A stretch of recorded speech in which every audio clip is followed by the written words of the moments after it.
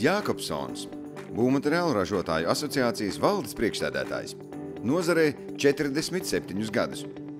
Leonīds Jākopsons savus dzīves gadus ir veltījis Latvijas būvniecības attīstībai, ieņemdams atbildīgus amatus būvniecības nozarē.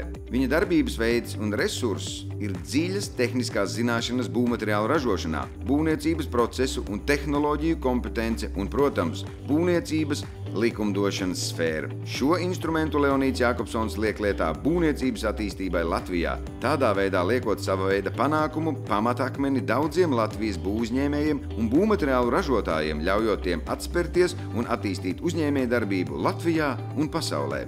Ilgadējā darbā Latvijas Republikas valsts būvinspekcijas vadītāja amatā Leonīds Jākopsons vairāk bija kā advokāts nekā prokurors.